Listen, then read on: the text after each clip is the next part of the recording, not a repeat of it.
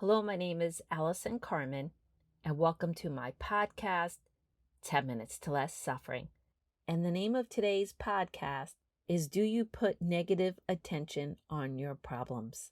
And I've been thinking a lot about this lately from a question that a friend asked me. She asked me, why do certain people manifest more than others? And although I can't answer that question with a complete degree of certainty, I have found over the years that my clients who manifested the most were those that didn't resist the moment. And resistance is negative attention.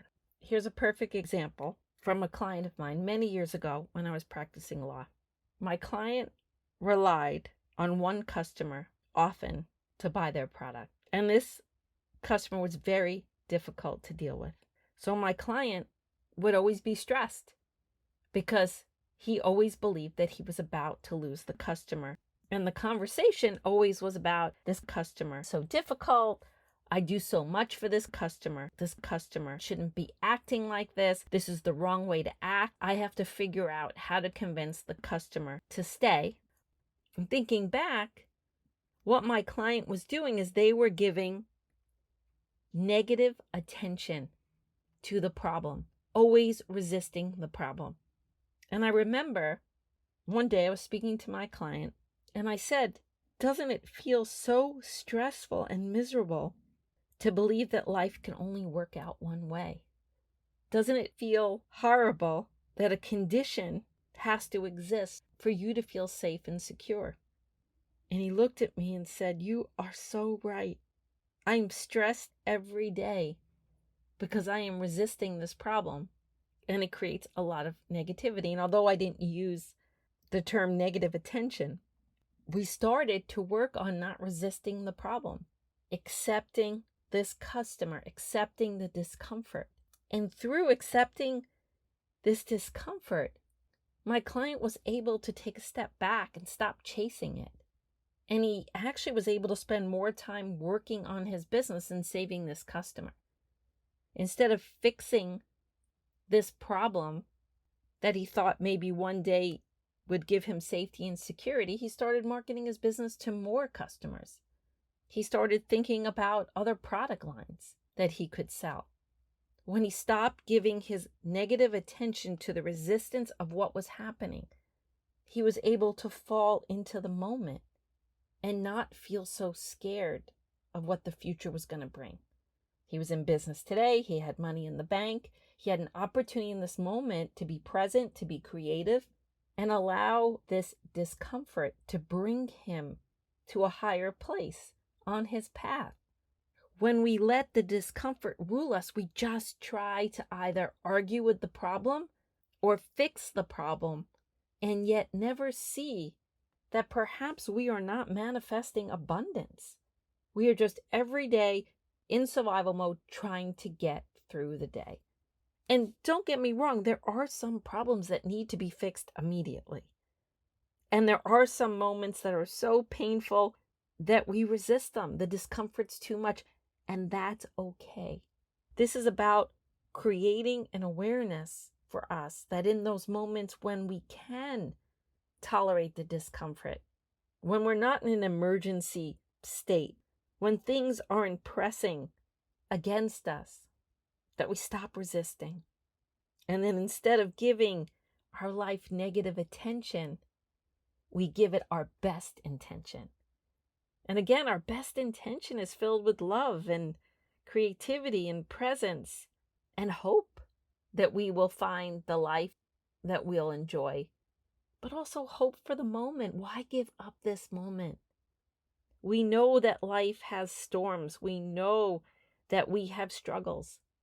But through that, there is creation. Through that, there's a new day. Through that, there's a new moment. So who are we to say where life is taking us? For some reason, someone sold us this idea that if we resist the moment enough, if we work hard enough, if we sacrifice enough, then one day we'll be happy and we'll be successful.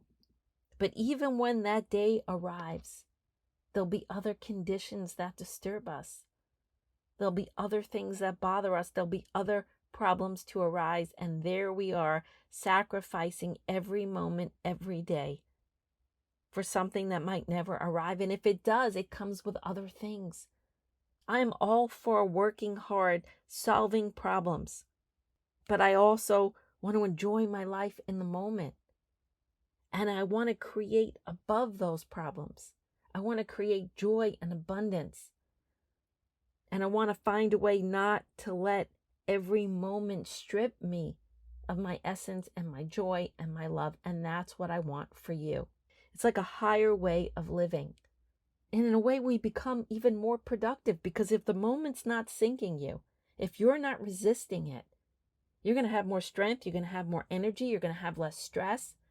You're actually going to solve more problems. You're just not going to be attached to it in the same way. It's not going to be our breath. Our breath is separate from our problems. Our breath is separate from our experience. And when we start to see that, then we have a different relationship with the experience and a different perspective. And again, I know it's challenging, especially when we love things. But you can still dream. You could still have hope. It's just when things don't go the way that you thought and you're surprised. Are you going to dig in deeper and say, I need this not to be this way? Or are you going to open your heart and allow the moment, allow the discomfort? And don't close down, don't resist. So instead of giving the situation negativity, you can give it positivity. How can I stay present and find a way to be with this and find a way to move forward?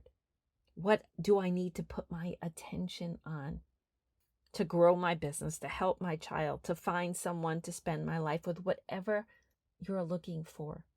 Believe me, I get it. I'm a big dreamer. There are so many things I still want to do with my life. But when I resist the moment, I get really negative.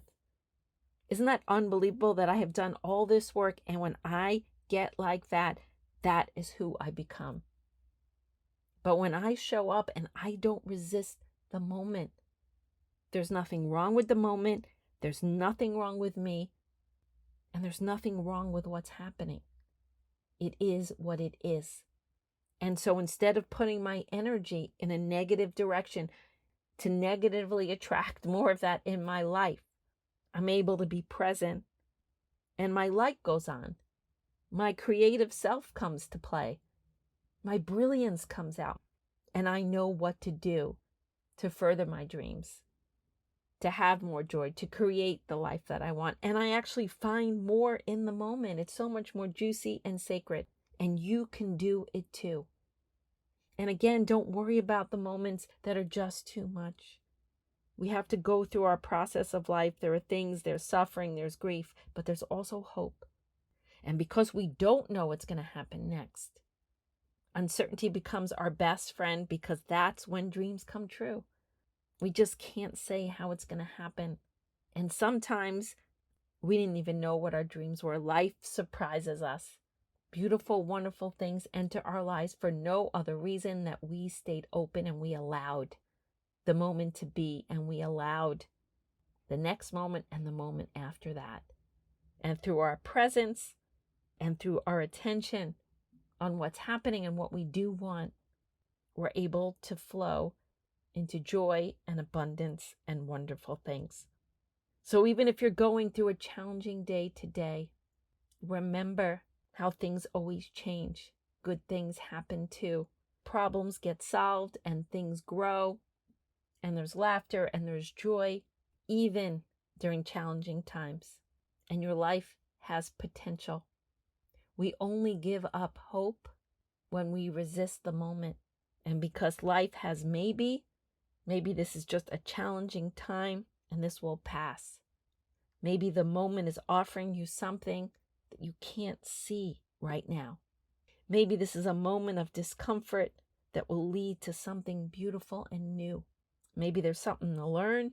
Maybe it's a moment of growth. Maybe if we accept what's happening in this moment, we will find peace. We will find joy. We will find our best selves. We will solve our problems. We will find our way. The moment gives us everything we need to be our best selves and to manifest true abundance in our lives.